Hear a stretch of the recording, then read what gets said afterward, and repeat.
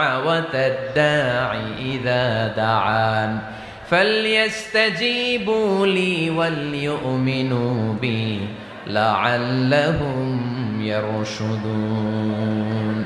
রব্বুল আলামিন বলেন, নবী হে, আমার বান্দারা যখন তোমাকে জিজ্ঞেস করে আমি কোথায়, তুমি বলে দাও ইন্নী করিব, আমি কাছে। আল্লাহু আকবার, তিনি কাছে।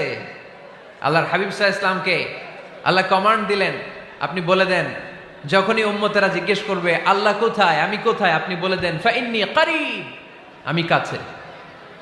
আরেক জায়গায় আল্লাহ ব্যবহার করলেন আকরাব, কাছে না।